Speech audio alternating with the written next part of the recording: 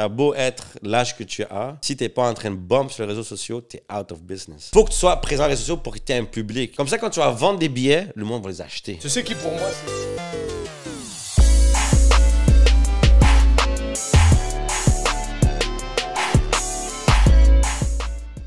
Ray va être un peu d'accord avec ce que je vais dire. C'est moi, je trouve ça dommage, et je te l'ai dit à toi en plus là, sur Instagram, je trouve ça dommage que les artistes, je sais qu'il y a une game derrière de comme, tu veux pas emmerder les gens ou tu veux pas sortir des beats pour sortir des beats, mais moi je trouve que l'artiste doit être comme fucking connecté aux réseaux sociaux. Tu vois, je veux dire, il faut. Tu conduis, tu fais un petit rhyme.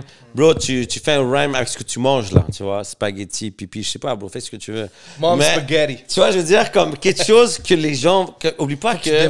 Faut que tu développes un public. Tu vois, je veux dire, il y a du monde qui vont... Moi, je vois je vois des fois, quand j'ai rien à faire, je vais checker des vidéos Instagram, c'est des Reels, là, les vidéos qui pompent. Puis je vais regarder un type, puis je vais rire. À chaque fois qu'il y a ce genre de shit, je vais rire. Puis cette personne va faire le même type de blague, tu vois, je veux dire. Parce que moi, je m'en fous si elle vient de où, je m'en fous carrément de son background. C'est juste que ce vidéo-là, ce type de vidéo, je vais rire. Puis cette personne-là, elle sait qu'elle va avoir plusieurs millions de views parce qu'elle reproduit le même vidéo. Toi, tu as hâte de voir comment elle va comme générer évoluer, le même type de blague, mais dans un autre contexte. Moi, veux pas, moi, l'artiste, là, t'as beau être l'âge que tu as, je m'en calise, si t'es pas en train de bump sur les réseaux sociaux, t'es out of business. Faut que tu fasses je sais pas quelle manière, des blagues, pas de blagues, ou vidéos, faut que tu sois présent sur les réseaux sociaux pour que tu aies un public. Comme ça, quand tu vas vendre des billets, le monde va les acheter. Tu sais qui pour moi, c'est quelqu'un qui a vraiment compris ça, puis ça fait comme au début de l'ère explosive des réseaux sociaux. Nicky Jam, bro. Nicky Jam, je sais pas si vous vous rappelez de Nicky il y a au moins 6-7 ans. 6-7, comme quand il a recommencé peu à peu, bro. Instagram, bro. Ses vidéos Instagram. Ouais, il était là en train de faire du skate.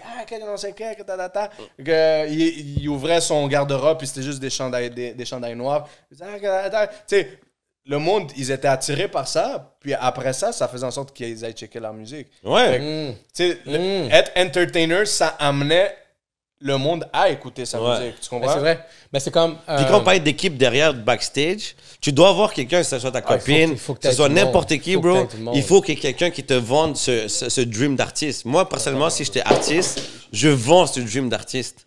Tu vois, je parle pas de bombe champagne. Non, de vivre la vie d'artiste, c'est-à-dire quoi? Que la personne te filme en train d'écrire, t'as des écouteurs comme ça, t'es en train d'écrire, et la personne te dit... Dave Campana fait pour ça. Tu vois, je veux dire? Non, il faut vraiment, honnêtement, comme... Ben, c'est comme, tu sais, admettons, quelqu'un qui est venu ici, aussi, c'est un artiste derrière ça, il y a sa musique, rap français, c'est Jupiter.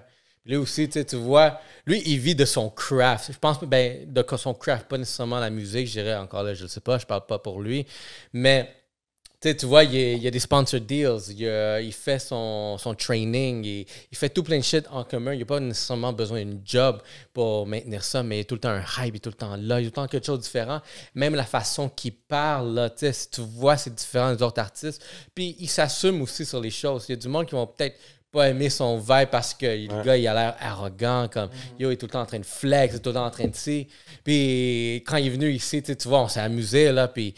Mais tu vois, il est tout le temps présent, tout le temps en train de mettre quelque chose. Puis après, boum, allez écouter mon beat. Puis là, je veux dire quelque chose parce que... Checker mon boat, on va stimuler. Après, checker mon beat. Exactement. Moi, je ne veux pas mal interpréter quand on dit qu'on va all-in, faire des affaires. Je sais que tu as un loyer à payer, des shit à payer. Go all-in. Ah non, Habibi, comme toi. Non. Okay? Non. En toi puis moi, tu go sais... Go hard or go home, il l'a dit. Non. Moi, je dis... C'est qui a raison? Yo, laisse-moi terminer. Laisse-moi terminer. Moi, je connais un gars là, qui fait des... son nom? C'est un producteur. Je ne veux pas dire le nom, bro. Comme ça, t'as pas dit son nom, je dis pas son nom. Ah. Le gars, il fait des raisons financières, là. Le gars, il fait des beats pour Booba. Il fait des beats pour des gros noms français, OK? C'est qui? Le panneau travaille à la banque. OK? C'est un haut classé à la banque. Pas dans quelle banque, bro?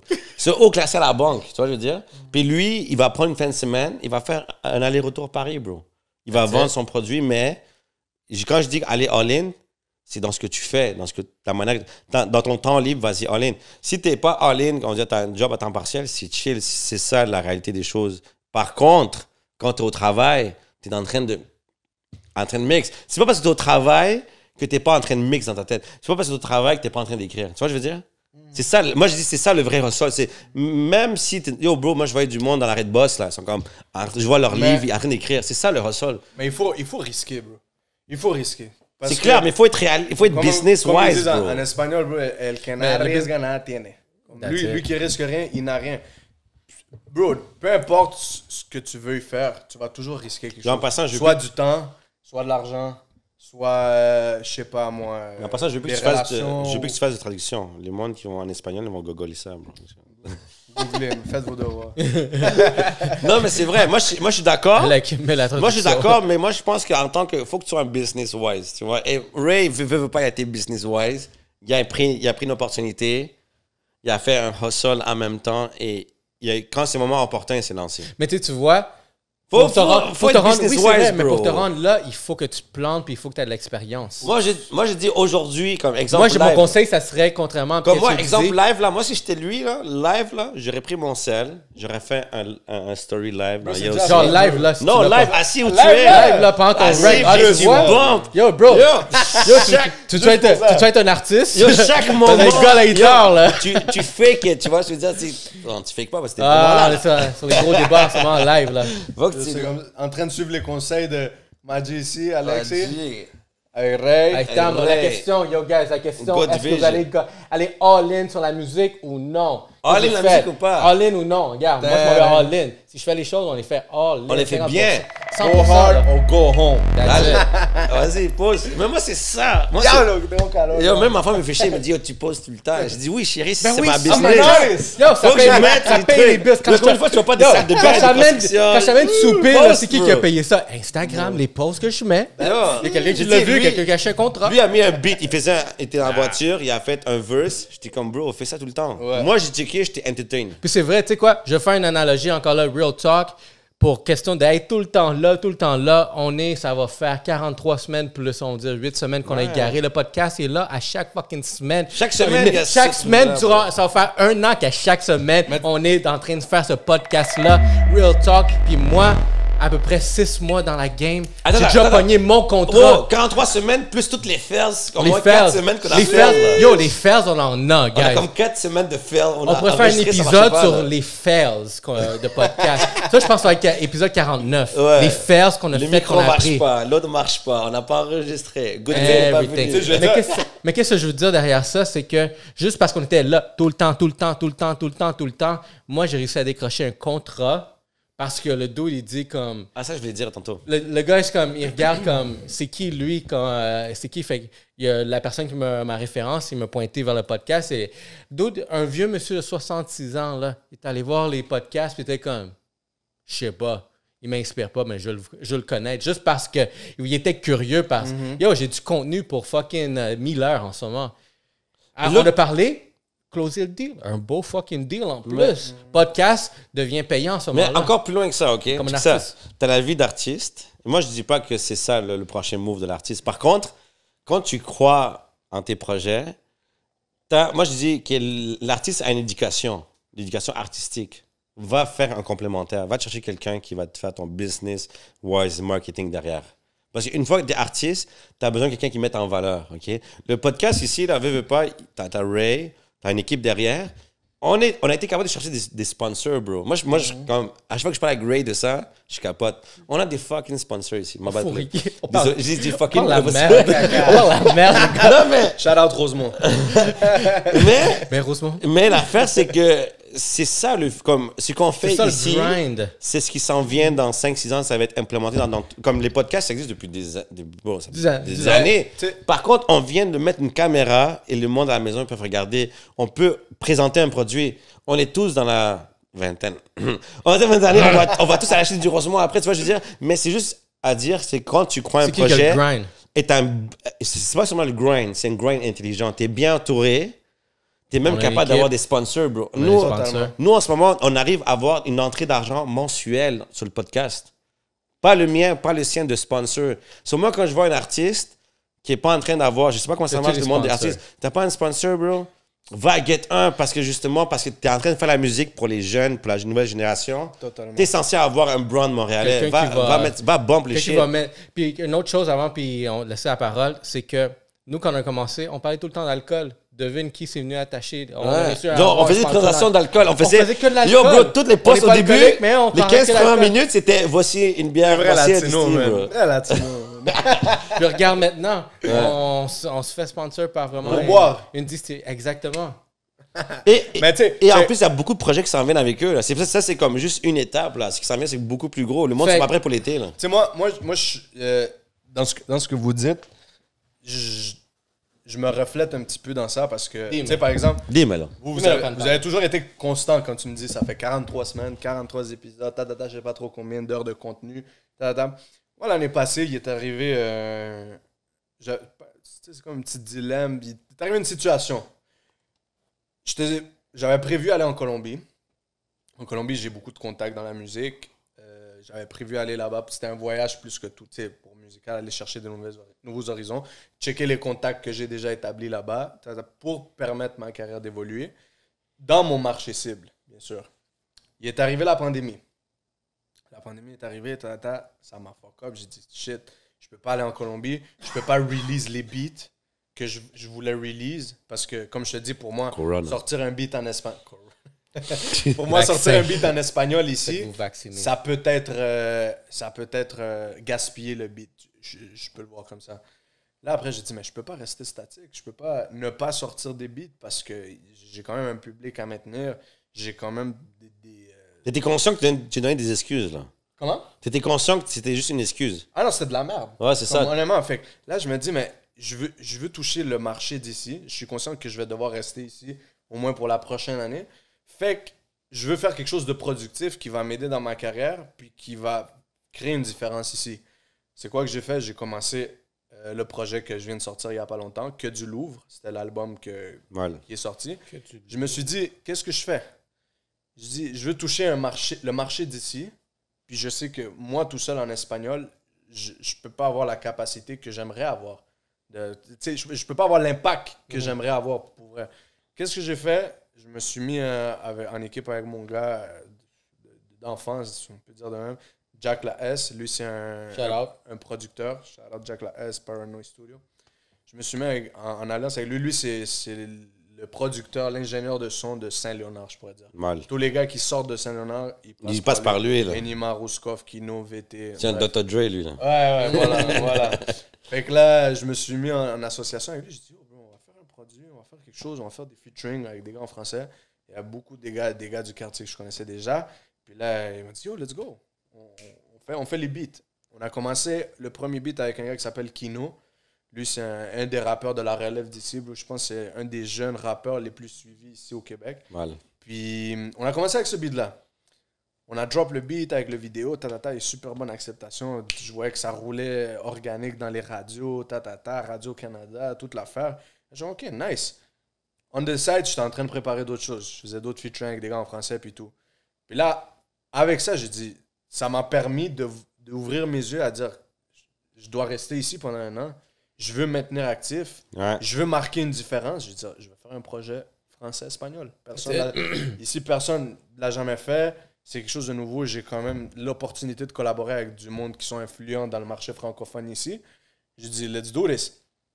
J'ai ramassé, à la fin de la journée, il y a Strikey, Forcer, Ruskov, Kino, Greasy, 10, puis Emrico. Emrico, lui, il n'a pas encore sorti rien, mais très fort. Bref, j'ai dit, ça va donner une force, ça va donner un coup organique. C'est quand même du monde qui bouge ici. Puis en même temps, ça me permet de rester actif. Puis, j'ai pas l'impression de gaspiller des beats. Non. Parce que je suis dans le public cible. Tu vois? Fait que là, on a sorti ce projet-là, bro. Puis honnêtement, je me sens fier, bro. Je sens que je marque une différence avec ça. C'est un projet, bro. Honnêtement, si tu as la chance de l'écouter au complet, tu vas voir, c'est totalement varié. C'est des sons complètement différents. J'ai checké. Sur Spotify, sur Instagram. Allez voir du Louvre. Santé. Que du Louvre, là, c'est intéressant. J'ai vu aussi qu'il y avait genre beaucoup de diversité dans les types de beats. On dirait qu'il n'y avait aucune cohérence dans sur quelle direction tu s'en allais. C'est tout le temps différent, chacun des beats.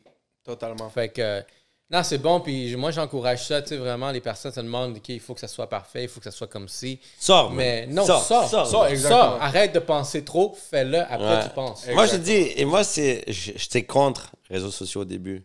Jusqu'à temps que je vois l'impact. Tu Tu vois, je veux dire. Moi, je mets une photo d'un projet, j'ai 2-3 DM, Tu vois, je veux dire, je mets une photo d'un autre projet, Tu vois, je veux dire. Moi, ça marche, il faut que tu sois dedans, bro. Faut que tu sois dedans. Mais c'est qu'elle va dire, il faut que tu sois sur TikTok, parce que je veux pas la génération. Moi, je me rappelle qu'à 13 ans, j'écoutais déjà du reggaeton, du rap, tu vois, déjà. Dans 13 ans jusqu'à 70 ans, bro, t'as assez de marge de public, tu vois, je veux dire. Ah, puis ton public le plus fidèle, puis qui vont te follow le plus, bro, cet âge-là. Ouais. De 13 à 16 ans. Moi, je me rappelle au début, je me rappelle que j'avais comme 13-14, là. Comme yo, Rakim White, c'était très présent. Daddy Yankee, c'était présent. Nicky Jam, encore plus. So, moi, j'ai dit, si t'es pas sur TikTok, mais yo, c'est cave TikTok, mais ça marche, bro. Mais moi, c'est pas question d'être là, c'est comment tu vas le faire. Moi, je pense que je dois donner vraiment un... Non, mais un artiste, bro, quand même. Non, un artiste que je dois donner un conseil médias sociaux pour un artiste, c'est que essaie de trouver vraiment qu'est-ce qui va te différencier. Dans notre cas, on a trouvé quelque chose qui nous a permis d'amener un sponsor, mais admettons, tu es un artiste, puis toi, là, on le sait déjà que dans ta page, c'est de la musique. Mais aussi dans ton temps libre, les autres types de posts, tu es juste en train de déguster tous les restos de Montréal, tout ça. Fait qu'à un moment donné, au moins, tu as quelque chose à te lier qui va éventuellement pourra te venir te sponsor. Puis ça va rediriger. Exemple, dans les backstage de ces vidéoclips, TikTok, comme tu as fait à un moment donné, vous êtes en train de vous habiller avec Forcé, puis là, ça, c'est du contenu backstage. Personnellement, moi, j'ai jamais participé à un vidéoclip. C'est juste le fait que tu filmes le caméraman, backstage. Tu filmes... Le backstage, c'est nice. Ouais, et tu fais vivre les gens avec toi, le vidéoclip. Comme ça, moi, quand je dis qu'il faut livrer un produit avant, pendant et après, justement ça, tu avais fait des vidéos avant. Si tu filmes, OK, comme tu as mis beaucoup de vidéos, on est présentement en train de filmer telle vidéo, le monde, ils veulent savoir la sortie. Moi, avant, dans le TNT, on a mis un timeline. On mettait genre 1 semaine avant l'ouverture, 5 jours avant l'ouverture. Le monde, peut-être, on avait peut-être une dizaine de personnes, mais ça reste que les mois étaient comme... Bro, je sais pas pourquoi l'humain est comme ça, là, mais t'es intrigué à savoir ce qui va se passer, là, comme... Non, ça, c'est mes teachers, tu vois, dans la musique, des fois, c'est différent. Des fois, ce qui est plus les grandes maisons de disques, ils veulent toujours réserver avec leur artiste l'effet surprise. Ouais. L'effet surprise, parce que ça fonctionne très bien aussi. Des fois, tu sais pas, on va dire Daddy Yankee. Ça, c'est plus des gens qui sont déjà très placés, genre. Ouais. Tu sais, Bad Bunny et Daddy Yankee, ils ont 6-10 vidéos déjà faites. Ouais. Déjà prêtes à sortir, puis ils ont jamais posé de preview ni du beat, ni du vidéo. Check ça. On parle comme ça. Total. Ok, je donne un exemple. McDonald's sort un nouveau produit de McFlurry. On sait déjà que la machine ne marche pas, mais mettons qu'il sort un nouveau la machine marche pas. Coffee Crips, je sais pas, bro. Un nouveau produit. OK, douce et de leche McFlurry. Si les promotent pas, tu vas pas le savoir, bro. Même si tu vas au McDo, tu veux un McFlurry, on va dire, si la personne t'offre pas l'option douce et de leche, tu vas pas le savoir. Mais ça dépend, c'est quoi tes objectifs. Là, c'est quoi tes attentes. Non, mais moi, je te parle d'aller consommer un produit. Mais c'est ça l'affaire. C'est que quand tu as un resto ou quand tu vends quelque chose de physique, il faut que t'ailles la musique. Mais exemple, la musique, c'est des algorithmes. Non, mais exemple, si toi, tu me dis pas... Dis-moi, exemple, moi, ce que j'aime bien, c'est comme... Moi, je dis, moi, je suis un sous-moon, là. Comme, tu me dis pas... album à venir, un album comme Ruido Callejero, avec Nato, shout-out to Nato. Lui, il a mis beaucoup d'emphase sur son l'album. La musique, je pense que c'est pas le choix. Bro, il a mis avant, après, avant. Et au moment où j'étais tanné, j'étais comme, bro, c'est quand tu sors ton truc, bro, j'ai hâte de l'écouter. Parce qu'il avait fait comme, ça arrive bientôt, ça arrive. Je collab avec lui, il me dit, collab avec telle personne ce soir. Demain, on collab avec telle personne. So, lui, il avait fait... bien manger au Barranco. That's it. So, lui, c'est la storyline. Pour moi, il avait réussi à piquer ma curiosité. Et quand le beat, yo, bro, il y avait tellement de... Comme il m'a dit, il y avait tellement d'emphase sur je réunis la crème de Montréal pour faire son album. Moi, j'étais vendu à l'idée d'écouter son album. Tu vois, je veux dire? Donc, quand il est sorti, je suis allé l'écouter. Je suis allé le télécharger. Mon téléphone live, tu vois, j'ai l'album. J'ai l'album. J'ai téléchargé directement parce qu'il y avait mis tellement d'emphase sur ça s'en vient bientôt, la crème de Montréal. J'ai tel artiste, j'ai tel beat, j'ai du reggaeton, j'ai du trap, j'ai du soca, je sais pas. Il y avait tellement mis d'emphase qui m'a piqué la curiosité d'aller chercher. Parce que c'est un produit montréalais. Il faut piquer la curiosité. Même moi, je me rappelle une des stratégies que j'avais utilisées pour mon album que j'ai sorti, c'est que le tracklist, je disais 8 artistes surprises en collaboration, toutes des francophones. Tout le monde m'a dit, yo, drop le tracklist, yo, c'est qui? C'est qui? J'ai dit, le seul que vous avez, c'était Kino. Puis parce que le beat avec Kino, il avait déjà sorti. Ah, ok. Tu sais, c'est intrigué tata. Fait que là, après, comme 2 semaines avant, j'ai dévoilé le tracklist. Oh shit. C'est sûr, c'est comme je te dis, ça dépend des stratégies. Là, c'est des stratégies. Moi, je dis, toute stratégie est bonne parce que faut que tu. Moi, personnellement. Faut que tu sois présent. Moi, je dis, l'humain, là. Moi, je dis, l'humain tout seul dans la forêt, il est dur à crypter, tu vois. L'humain dans une société, c'est facile à deviner, tu vois. Tu mets un gars que tu me dis qu'il habite depuis 5 ans à Mont-Royal, je veux être capable de le mettre dans un box, tu vois. Tu me dis un gars qui a grandi à Cartierville ou un gars qui a grandi à Côte-Vertu 64, et tu mets dans la période où moi j'ai grandi dans un frame time, je peux dire comment il pense. Tu vois, je veux dire? Ah, totalement. Et moi, je pense que toute personne, même dans le marketing, il faut que tu utilises ça à ta faveur. Tu sais de la période où tu vis, le monde veut ça rapide, il veut ça court, il veut ça bien. Tu vois, je veux dire? À ce moment-là, il faut que ce soit rapide. Tes posts rapides. Ton contenu simple, beau visuel, rapide. Tu vois, je veux dire? Tu fais une vidéo sur TikTok plus que même eux, ils donnent une timeline. Tu vois, je veux dire? Moi, personnellement, je dis, faut que tu ailles avec ton public. Et moi, au début, je négligeais ça. Mais il faut que tu ailles avec ton air, bro. Il y a une ère en ce moment, en 2021.